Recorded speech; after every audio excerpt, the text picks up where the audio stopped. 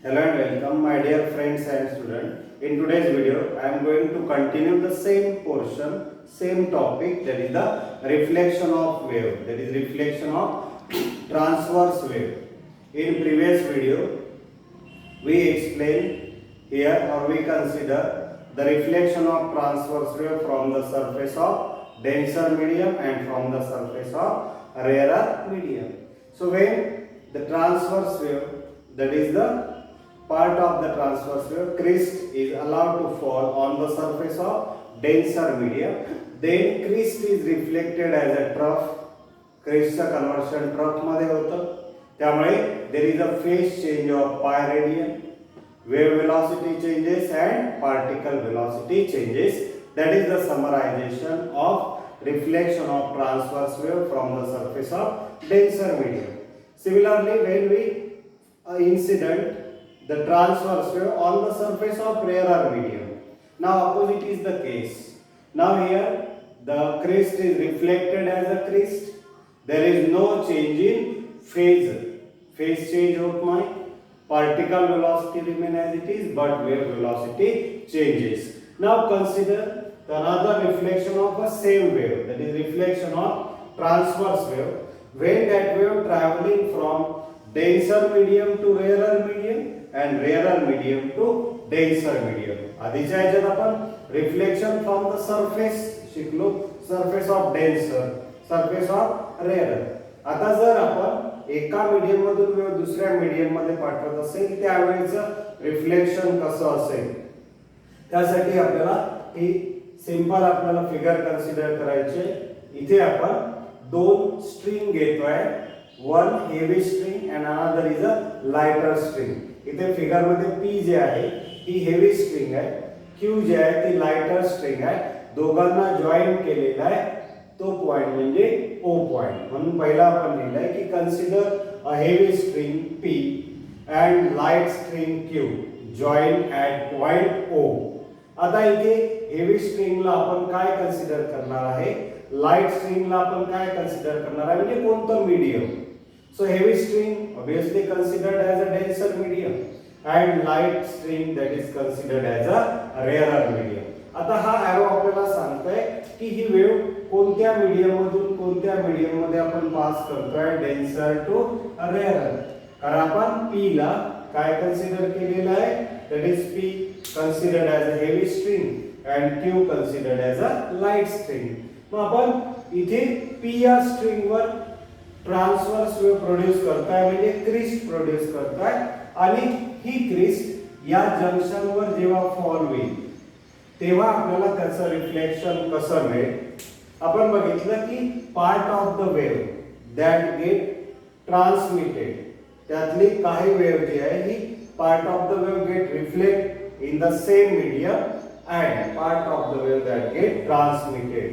मग आता इथे आपल्याला मिळणारं रिफ्लेक्शन सहज तुमच्या लक्षात येईल. बघा इथे की जेव्हा आपण या वेव्हला डेन्सर मीडियम मधून रेअरर मीडियम मध्ये पाठवतो आहे, या वेळेला त्याच्या बाउंड्री वरून जे रिफ्लेक्शन आपल्याला मिळेल ते रिफ्लेक्शन कसं मिळतं बघा, crest is reflected as a crest. आणि जी wave part of the wave त्या लाइटर स्ट्रिंग कडे ट्रान्समिट होईल ती पण त्याच पद्धतीने की क्रिस्ट जे आहे ही आपण त्याच्यावर इन्सिडेंट केली होती जॉईंटवर आणि तीच क्रिस्ट पुढे ट्रान्समिट झाली. म्हणून आपल्याला इथे म्हणता येईल की a wave pulse is produced in such a way that is crest is produced on a heavy string. When that crest move toward the junction O, then what happened? The crest traveling from heavy string to lighter string that get reflected as crest from the lighter string. या lighter string पासून पण आपल्याला crest हे crest म्हणूनच reflect मिळेल. पण या उलट जेव्हा आपण आता ती वेव्ह अपोजिट डायरेक्शनने जर त्याच्यावर फॉल केली म्हणजे आता लाइटर टू हेवियर म्हणजेच रेअरर टू डेन्सर, मग अशा केस मध्ये बघा आता ही इन्सिडेंट वेव्ह आहे, पुन्हा वेव्ह पल्स प्रोड्यूस केला आपण लाइटर स्ट्रिंग वर आणि त्याला फॉल केलं या जंक्शन वर. तर आता मिळणारं रिफ्लेक्शन बघा कसं आहे, त्या लाइटर स्ट्रिंग वर crest is reflected back as a trough. इथे काय होतं की हेवी स्ट्रिंग वर प्रोड्यूस झालेली क्रिस्ट ही क्रिस्ट म्हणूनच आपल्याला रिफ्लेक्ट मिळाली आणि क्रिस्ट म्हणूनच ट्रान्समिट झाली. इथे आता जेव्हा आपण त्या वेव्हला lighter string to heavier string pass करू अशा वेळेला आता आपल्याला लाइटर स्ट्रिंग वर मिळणारा रिफ्लेक्शन हे अपोजिट मिळतं. क्रिस्टचं रिफ्लेक्शन कशात होतं ट्रफ मध्ये आणि ट्रान्समिट होताना मात्र क्रिस्ट हे क्रिस्ट म्हणूनच ट्रान्समिट होतं, ट्रफ हे ट्रफ म्हणून आपण इथे लिहिलंय. But when a crest travel from light string to heavy string then crest is reflected as a trough and trough is reflected as a crest. असं दिलेलं होतं बघा एक छोटासा आपला पॉइंट या ट्रान्सवर्स वेव्हच्या रिलेटेड की what happen to the transverse wave when it travel from denser to rarer and rarer to denser at the boundary of that two media. How we get the reflection of transverse wave? So when the wave is allowed to fall from denser medium to the rarer medium, then crest is reflected as a crest. And when the wave is allowed to fall from rarer to denser, then crest is reflected as a trough. So that is the summarization of reflection of transverse wave when it passes from denser to rarer and rarer to the denser. Now we have to consider the reflection of second type of wave, that is the longitudinal wave. So we know that longitudinal wave made up of two parts, compression and rarefaction. A region having greater particle density as well as with a high pressure called as compression, and region having less particle density and low pressure called as a rarefaction. So when such compression or rarefaction fall on the surface of denser medium, then how we get the reflection of that longitudinal wave? So we have to consider that. So for that you have to consider a longitudinal wave traveling from, आता आपण कुठून कुठे consider करतोय, जसं transverse वेव्हच्या बाबतीत consider केलं होतं, एअर मधून आपण त्या वेव्हला अलाउ केलं होतं ट्रॅव्हल साठी आणि रिजिड सरफेस वर त्याला फॉल केलं होतं. In a similar way we have to consider the longitudinal wave traveling from rarer medium. Air is a rarer medium and allowed to fall on the surface of, that is the wall, that is the denser medium. So consider a longitudinal wave traveling from rarer medium to denser medium. Then we consider here what do you mean by compression, what do you mean by rarefaction. Compression is a high pressure region and rarefaction is a low pressure region. So when such compression reaches at the surface of denser medium, it tries to push the particles of the denser medium. जेव्हा या longitudinal wave चा एक part, that is the compression, हा त्या surface वर जाऊन पडेल, तिथे जाऊन पोहोचेल, तेव्हा हे कॉम्प्रेशनचे पार्टिकल्स या डेन्सर मीडियमच्या पार्टिकल्सला प्रेस करण्याचा प्रयत्न करेल, पुश करण्याचा प्रयत्न करेल. याच्यावर हे फॉल झाले तर याला या डायरेक्शनला पुश करण्याचा प्रयत्न करेल. But the energy of the particles of the rarer medium, that is the compression, is not sufficient to compress the particles. कारण हे डेन्सर मीडियम आहे, त्यामुळे इथले पार्टिकल्स कसे आहेत, स्ट्रॉंगली बाउंड आहेत. They are strongly bound with each other, they close to each other. त्यामुळे या कॉम्प्रेशन मध्ये जे काही पार्टिकल्स असतील हे या डेन्सर मीडियमच्या पार्टिकल्सला पुश करण्याचा प्रयत्न करेल, पण त्यांची एनर्जी या पार्टिकलला पुश करण्यासाठी सफिशियंट नसेल. म्हणून आपण इथे लिहिलंय की when compression reaches the denser medium, it tries to push the particles of the medium, but energy of the particles of rarer medium is not sufficient to compress the particles of denser medium. That's why what happen? Equal and opposite reaction that will occur, that will exert by this denser medium on rarer medium. या compression मुळे या वॉलवर action produce झालं, त्यामुळे Newton's law नुसार ही wall या कॉम्प्रेशरवर reaction force exert करेल, त्यामुळे आपल्याला तेवढ्याच प्रेशरने ती वेव्ह रिफ्लेक्ट बॅक मिळेल. मग तिथे प्रेशर ॲज इट इज असल्यामुळे आपल्याला कॉम्प्रेशनचं रिफ्लेक्शन कॉम्प्रेशन म्हणून आणि रेरिफॅक्शनचं रिफ्लेक्शन हे रेरिफॅक्शन म्हणून मिळतं. म्हणून आपण इथे लिहिलंय की according to Newton's law an equal and opposite reaction come into play. As a result, particles of the rarer medium that get reflect as it is, it means compress to compress, expand position to expand position. म्हणून आता thus compression reflect as a compression and rarefaction reflect as a rarefaction. So here there is no change in phase during this reflection. या वेळेला phase change तिथे होत नाही. Particle velocity ही जी आहे ती पहिले व्हर्टिकली अपवर्ड असेल तर डाऊनवर्डला होतं. वेव्ह वेलोसिटी इथे चेंज होतं. कॉम्प्रेशन हे कॉम्प्रेशन म्हणून आपल्याला परत मिळतं, रिफ्लेक्ट बॅक होतं and there is no change in phase during the reflection. असं आपण बघितलं का reflection of a longitudinal wave. पुन्हा एकदा शॉर्ट बघूया की when we consider the longitudinal wave allowed to pass from rarer to denser medium, and when that part of the longitudinal wave, that is the compression, that is a region of high pressure, and rarefaction, that is a region of low pressure. When such high pressure region, low pressure region allowed to fall on the surface of denser medium, then what happens? Here this compression reaches and fall on the surface of rigid wall. Then these particles of rarer medium try to push the particles of denser medium, but the energy of that particles, that is the particles of rarer medium, is not sufficient to push these particles because they are strongly bound, they are fixed. म्हणून मग इथे काय होतं तर आपल्याला compression हे compression म्हणूनच परत मिळतं का, because there exist an equal and opposite reaction by the rigid wall, by the denser medium. So that's why compression is reflect as a compression and rarefaction is reflect as a rarefaction.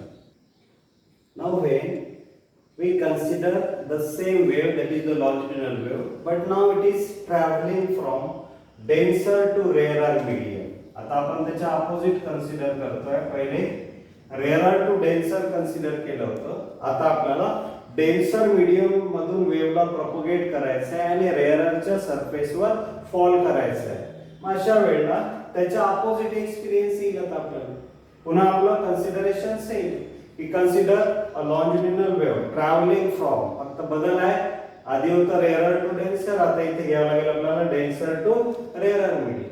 पुन्हा compression म्हणजे काय, rarefaction म्हणजे काय, same राहील. A compression is a high pressure region and rarefaction is a low pressure region. So when the compression of a longitudinal wave is fall on the surface of rarer medium, then what happen? Particles of this compression tries to push the particles of the rarer medium. आता इथे जे आहे याची energy याच्या पार्टिकलला push करण्यासाठी sufficient असेल. आधी rare मीडियमचे particle denser मीडियमच्या पार्टिकलला push करत होते. डेन्सर मीडियमचे पार्टिकल स्ट्रॉंगली बाउंड असतात, त्यामुळे त्यांची एनर्जी जास्त असते. रेअर मीडियमचे पार्टिकल लूजली बाउंड असतात, त्यामुळे ते लेस फोर्स त्याच्यावर एक्झर्ट करत होते. आता उलट कंडिशन आहे, अपोजिट कंडिशन आहे. Now when this compression reaches to the surface of rarer medium, particles of the compression, that is the denser medium, pushes the particles of the rarer medium. इथे push केल्यामुळे आता याची energy sufficient आहे, त्यामुळे हे compression जे आहे ह्याचे पार्टिकल्स हे फर्दर ट्रान्समिट होतात, पाठवल्या जातात. मग याच्यानंतरचा जो पार्ट आहे तो त्याचा रेरिफॅक्शनचा आहे. मग हा पार्ट इथून आपल्याला रिफ्लेक्ट बॅक मिळतो. कॉम्प्रेशनचं ट्रान्समिशन होतं या मीडियम मध्ये आणि इथे रेरिफॅक्शन आपल्याला रिफ्लेक्ट बॅक मिळतं. म्हणजेच कॉम्प्रेशनचं रिफ्लेक्शन कशात मिळालं आपल्याला, रेरिफॅक्शन. म्हणून इथे लिहिलंय when longitudinal wave travel from denser to rarer medium, a compression is reflected as a rarefaction. आणि जेव्हा कन्वर्शन होतं कॉम्प्रेशन टू रेरिफॅक्शन किंवा रेरिफॅक्शन टू कॉम्प्रेशन, इथे फेज चेंज केला जातो. So there is a phase change of pi radian. So when compression reaches a rarer medium, then what happen? It pushes the particles of the rarer medium, get compressed and move forward. इथले जे particles होते बघा compress झाले, त्याच्यामुळे हे जे compression होती further move झाली आणि त्याच्यानंतरचा जो पार्ट आहे तो पार्ट आपल्याला रिफ्लेक्ट बॅक म्हणून मिळतो. म्हणून कॉम्प्रेशनचं रिफ्लेक्शन कशात मिळालं आपल्याला? रेरिफॅक्शन. आणि जर इथे आपण रेरिफॅक्शन कॉल केलं तर ते ट्रान्समिट होईल आणि काय म्हणून रिफ्लेक्ट होईल आपल्याला? कॉम्प्रेशन. म्हणून लास्टला आपण म्हणू शकतो की when longitudinal wave is allowed to fall on the surface of rarer medium, then compression is reflected as a rarefaction and rarefaction is reflected as a compression. So this is the reflection of two types of waves, that is transverse wave and longitudinal wave from the surface of denser medium, from the surface of rarer medium. So this is an important topic, there is a reflection of a wave. Now we have to consider the next part of this chapter, that is the principle of superposition of waves. So generally when two or more waves traveling through a medium, that is the same medium, pass through the common point, जेव्हा दोन किंवा दोन पेक्षा जास्त waves एकाच medium मधून travel होत असेल आणि एका कॉमन पॉइंट मधून जर ते पास होत असतील तर अशा वेळेला प्रत्येक वेव्ह आपला स्वतःचा डिस्प्लेसमेंट प्रोड्यूस करतात. So each wave produces its own displacement at that point. ज्या पॉइंट मधून त्या वेव्स ट्रॅव्हल होत आहे त्या पॉइंटला प्रत्येक वेव्ह आपला स्वतःचा डिस्प्लेसमेंट प्रोड्यूस करतं. कशा पद्धतीने? Independent of presence of the other waves. दुसऱ्या वेव्स तिथे नाही आहेत असं कन्सिडर करून प्रत्येक वेव्ह आपल्या स्वतःचं डिस्प्लेसमेंट इथे प्रोड्यूस करतं. मग त्या पॉइंटला रिझल्टंट डिस्प्लेसमेंट जे असतं हे रिझल्टंट डिस्प्लेसमेंट किती होईल? The resultant displacement at that point is equal to vector sum, because displacement is a vector quantity. Vector sum of displacement produced by the each wave, produced by the individual wave at that point. आणि जेव्हा हे superposition होईल तेव्हा original वेव्हच्या shape आणि nature मध्ये कोणताच बदल होत नाही. जेव्हा सुपरपोजिशन होईल त्या कॉमन पॉइंट मधून ह्या अनेक वेव्ह जातील त्यावेळेला ओरिजिनल वेव्हच्या शेप आणि नेचर मध्ये कोणताही बदल होत नाही.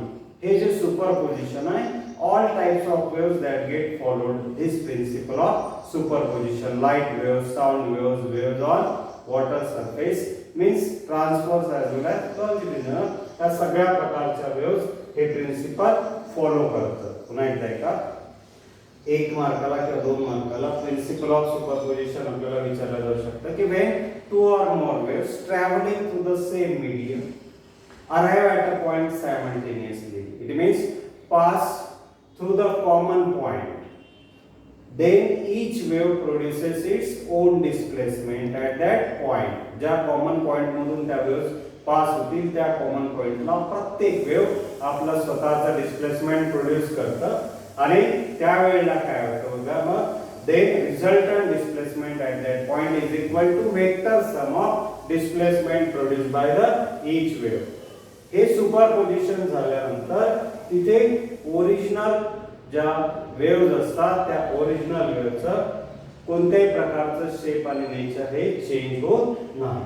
आता आपल्याला प्रिन्सिपल ऑफ सुपरपोजिशन ह्या दोन वेगवेगळ्या केसला कन्सिडर करून एक्सप्लेन करायचं आहे की केस 1 Wien two waves having same amplitude and phase, दोन वेव्स की ज्यांचं एम्प्लिट्यूड आणि फेज जे आहे ते सेम आहे, अशा वेव्ह जर सुपर इम्पोज होत असतील तर समजा हा आपण एक कॉमन पॉइंट घेतला, या कॉमन पॉइंट कडे जर ह्या दोन्ही वेव्ह एकाच मीडियम मधून ट्रॅव्हल होत असेल बट इन अपोजिट डायरेक्शन, ही एक वेव्ह घेतली आपण, ही एक वेव्ह घेतली, ह्या दोन वेव्स एका कॉमन पॉइंट कडे अप्रोच होत आहेत, त्या वेव्स कशा आहेत, having same amplitude and phase. त्यांचा एम्प्लिट्यूड पण सेम आहे, फेज पण सेम आहे. मग आता बघा पहिल्या केस मध्ये जेव्हा आपण टाइम 0 घेतला त्यावेळेला पहिली जी फिगर आहे ते आपल्याला दाखवत आहे, we consider the two waves that are propagating approaching toward the common point. So as the time passes, जसं वेळ पुढे पुढे जाईल तसं या दोन क्रिस्ट मधलं डिस्टन्स हे हळूहळू कमी होईल. बघा मग दुसऱ्या बी डायग्राम मध्ये दोघांमधलं डिस्टन्स आता कमी दाखवलेलं आहे. as these waves approaches toward each other, ह्या वेव्स जसं बी सी या दोन ठिकाणी आपण दाखवलेलं आहे की these waves are moving toward each other, decreasing the distance between them. आता जेव्हा या वेव्स अगदी क्लोज येईल एकमेकांच्या त्या कॉमन पॉइंटला, तेव्हा इथे बरोबर या दोन्ही पार्टचं क्रिस्टचं सुपरपोजिशन होतं. Crest of one wave coincide with crest of other wave, आणि जर आपण त्याचा दुसरा पार्ट घेतला trough of one wave coincide with trough of other wave, अशा वेळेला एका पर्टिक्युलर पॉइंटला यांचं सुपरपोजिशन होईल. आणि सुपरपोजिशन झाल्यामुळे तिथे त्यांचा इंटरफरन्स फिनॉमिना ऑकर होतो. हा इंटरफरन्स फिनॉमिना कसा ऑकर होतो तर क्रिस्ट विथ क्रिस्ट आणि ट्रफ विथ ट्रफ, म्हणजे इन फेज मीटिंग तिथे होतं. त्यामुळे एम्प्लिट्यूड मॅक्सिमम मिळतं, डिस्प्लेसमेंट मॅक्सिमम तर एम्प्लिट्यूड मॅक्सिमम, एम्प्लिट्यूड मॅक्सिमम तर इंटेन्सिटी मॅक्सिमम. त्यामुळे आणि एकदा सुपरपोजिशन झालं तिथे कन्स्ट्रक्टिव्ह इंटरफरन्स ऑकर झाला आपण असं म्हणू शकतो. आणि यानंतर पुढे त्या waves as it is away move होतील. ई आणि एफ फिगर जी आहे हे आपल्याला त्या दोन वेव्स सुपरपोजिशन झाल्यानंतर अवे मूव्ह आपल्याला रिप्रेझेंट करतात. बघा t = 4 सेकंद आणि t = 5 सेकंदला आता सुपरपोजिशन झाल्यानंतर त्या वेव्स एकमेकांपासून दूर जात आहेत. सेकंड केस मध्ये काय फरक आहे बघा, आता आपण ज्या दोन वेव्स घेतलेल्या आहेत त्यांचं एम्प्लिट्यूड सेम आहे पण they are out of phase. एकाची क्रिस्ट घेतली आपण तर दुसऱ्याची ट्रफ घेतली. यांचं मीटिंग आता इथे आपण कन्सिडर करतोय. पुन्हा आपण हाच टाइम घेतला t = 0 1 2 3. ह्याच केस जर आपण इथे कन्सिडर केल्या, जसं इथे दोघांच्याही क्रिस्ट एकमेकांकडे येत आहे, त्यांच्यामधलं डिस्टन्स कमी होत आहे. एका पर्टिक्युलर पॉइंटला ते आल्यानंतर त्यांचं मीटिंग होईल, सुपरपोजिशन होईल, तिथे कन्स्ट्रक्टिव्ह इंटरफरन्स मिळेल. कारण डिस्प्लेसमेंट मॅक्सिमम, दोघांचे डिस्प्लेसमेंट एकाच डायरेक्शनला आहे, त्यामुळे एम्प्लिट्यूड मॅक्सिमम, एम्प्लिट्यूड मॅक्सिमम असेल तर इंटेन्सिटी मॅक्सिमम असतं. आणि प्रिन्सिपल ऑफ सुपरपोजिशन झाल्यानंतर त्या वेव्स अवे मूव्ह होतील. इथे आता बघा एका वेव्हचा क्रिस्ट दुसऱ्या वेव्हच्या ट्रफकडे मूव्ह होत आहे. जसं यांचं डिस्टन्स कमी होईल आणि एका कॉमन पॉइंटला हे जेव्हा मीट होतील, आता एकाचा क्रिस्ट आहे दुसऱ्याचा ट्रफ आहे, एकाचं डिस्प्लेसमेंट व्हर्टिकली अपवर्ड आहे दुसऱ्याचं डाउनवर्डला आहे. डिस्प्लेसमेंट अपोजिट डायरेक्शनला असल्यामुळे तिथे आपल्याला सबट्रॅक्शन करावं लागेल, इथे ऍडिशन होतं. इथे डिस्प्लेसमेंट मॅक्सिमम, इथे डिस्प्लेसमेंट मिनिमम, इथे इंटेन्सिटी मॅक्सिमम, इथे इंटेन्सिटी मिनिमम. याला कन्स्ट्रक्टिव्ह इंटरफरन्स म्हणतात, याला डिस्ट्रक्टिव्ह इंटरफरन्स म्हणतात. ते झाल्यानंतर ॲज इट इज इकडून येणारी वेव्ह ही राईट टू लेफ्ट कडे मूव्ह होईल आणि इकडनं वेव्ह जी आहे ती लेफ्ट टू राईट मूव्ह होईल with there is no change in nature and shape. इकडले क्रिस्ट जे आहे आपण या साइडला ट्रॅव्हल होईल आणि इकडले ट्रफ या साइडला ट्रॅव्हल होईल. असं आपल्याला सिंपल एक्सप्लेनेशन देता येईल प्रिन्सिपल ऑफ सुपरपोजिशनचं की when two or more waves traveling through the same medium arrive at a common point, then each wave produces its own displacement at that point. The resultant displacement at that point is equal to vector sum of displacement produced by the each wave. So how they get superimposed? There are two possibilities. Either crest of both waves or trough of both waves superimposed with each other, or crest of one wave coincide with trough of another wave. त्यामुळे दोन आपण possibility घेतल्या त्यांच्या सुपरपोजिशनच्या की जेव्हा दोन्ही वेव्हचं phase मध्ये meeting होईल, एम्प्लिट्यूड सेमच आपण घेतलेला आहे, इथे त्यांचं फेज मध्ये मीटिंग जर घेतलं तर कन्स्ट्रक्टिव्ह इंटरफरन्स मिळतो. आणि जेव्हा आउट ऑफ फेज मीटिंग आपण कन्सिडर केलं तर इथे आपल्याला त्याचं डिस्ट्रक्टिव्ह इंटरफरन्स मिळतो. So this is the principle of superposition.